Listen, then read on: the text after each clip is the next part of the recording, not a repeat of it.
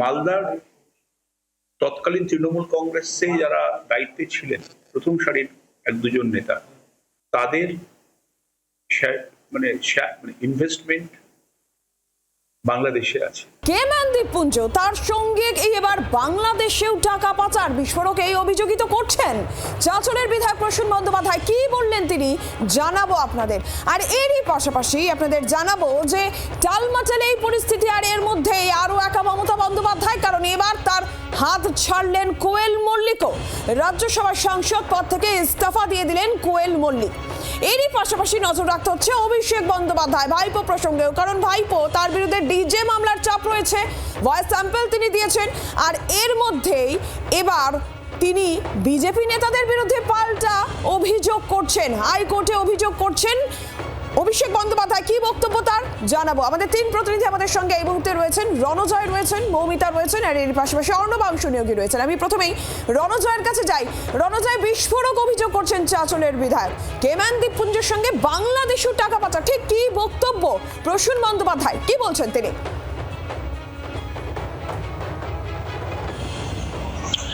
নীলাঞ্জনা, প্রথমে বলে রাখি, তিনি হচ্ছেন চাঁচলের বিধায়ক এবং ঋতুপথপন্থী যে তৃণমূল কংগ্রেস 7 জেলা সভাপতি প্রসূন বন্দ্যোপাধ্যায়।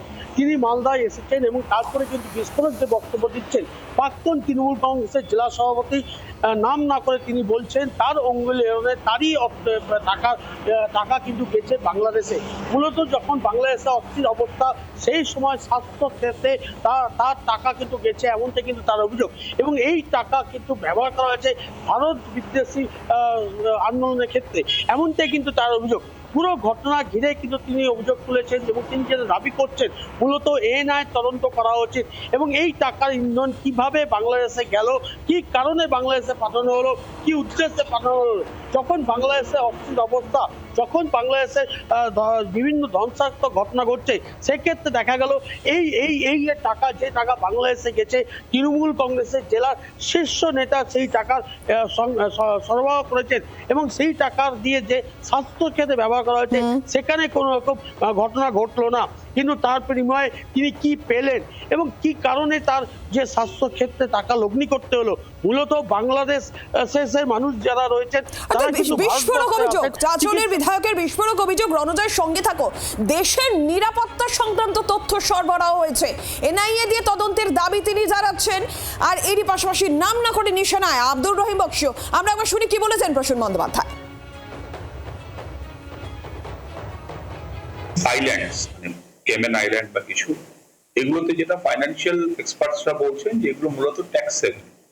তো এই পুরো বিষয়টাকে একটা ডুবিয়াস রেন্টাল লুপ বলা হয়। এটা একটা খুব সন্দেহজনক রেন্টাল লুপ, যার মধ্যে কোনো পলিটিক্যাল পার্টির এন্ট্রি হওয়া উচিত বলে মনে হয় না। এখানে কোথাও স্বচ্ছতার একটা অভাব ছিল।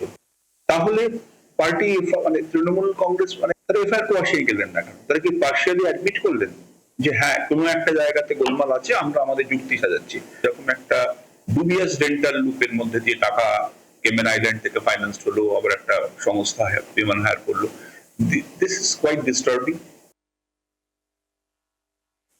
মালদার তৎকালীন তৃণমূল কংগ্রেসে যারা দায়িত্বে ছিলেন প্রথম সারির এক দুজন নেতা, তাদের ইনভেস্টমেন্ট বাংলাদেশে আছে, হেলথ সেক্টরে আছে, আরো নির্দিষ্ট করেও শোনা যাচ্ছে। কোন নেতার আত্মীয় স্বজন ওখানে ওটাকে তৈরি করেছেন। অ্যামাউন্টের দিক থেকে হয়তো অনেক বড় হতে পারে। ন্যাশনাল সিকিউরিটি টাকাটা ইন্ডিয়া থেকে কোনোভাবে সাইফন অফ হয়ে গিয়েছিল মোহাম্মদ ইউনূসের নেতৃত্বে, যারা বেসিক্যালি একটা র্যাডিক্যাল আউটফিট আমি বলবো। শোনা যায় যে সেই গভর্নমেন্টের সময়ও এই হেলথ সেক্টর ইনভেস্টমেন্টে কোনো ডিস্টারবেন্স হয়নি। তাহলে কি কোন রকম আন্ডারস্ট্যান্ডিং হয়েছিল? তাহলে কি মালদার এই কানেকশন কোনোভাবে ন্যাশনাল সিকিউরিটির পক্ষে বিপজ্জনক হয়ে দাঁড়িয়েছিল?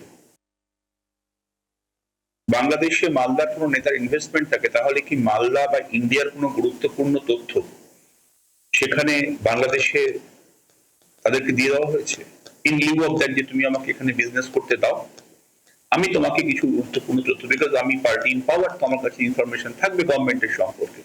এইটা এখনো পর্যন্ত কোনো ইনভেস্টিগেটিং এজেন্সি রাডারে আসেনি। এইখানে শুধুমাত্র ইডি আসবে না, কেমেন আইল্যান্ড ইডি আসতে পারে, এখানে ইডির সাথে এনআইএ কেও নামতে হবে।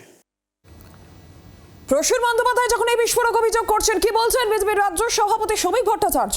শোনাবো। হায়দ্রাবাদে ও কি করছিল? হায়দ্রাবাদে তৃণমূলের সংগঠন বাড়াতে গিয়েছিল, না হায়দ্রাবাদে তৃণমূলের গচ্ছিত অর্থ রাখতে গেছিল, না হায়দ্রাবাদে পালিয়ে গিয়েছিল? এটি তো বোঝা যাচ্ছে না। কারণ তৃণমূল তো নির্মূল হয়ে গেছে। আপনারা তৃণমূলকে নিয়ে কেন প্রশ্ন করছেন? তৃণমূলের মস্তিষ্কে পশ্চিমবঙ্গের মানুষ তালা লাগিয়ে দিয়েছে, আর তৃণমূলীরা তৃণমূলের অফিসে তালা লাগিয়ে দিয়েছে। বাংলার আওয়াজ, বাঙালির আবেগ, জি 24 ঘন্টা।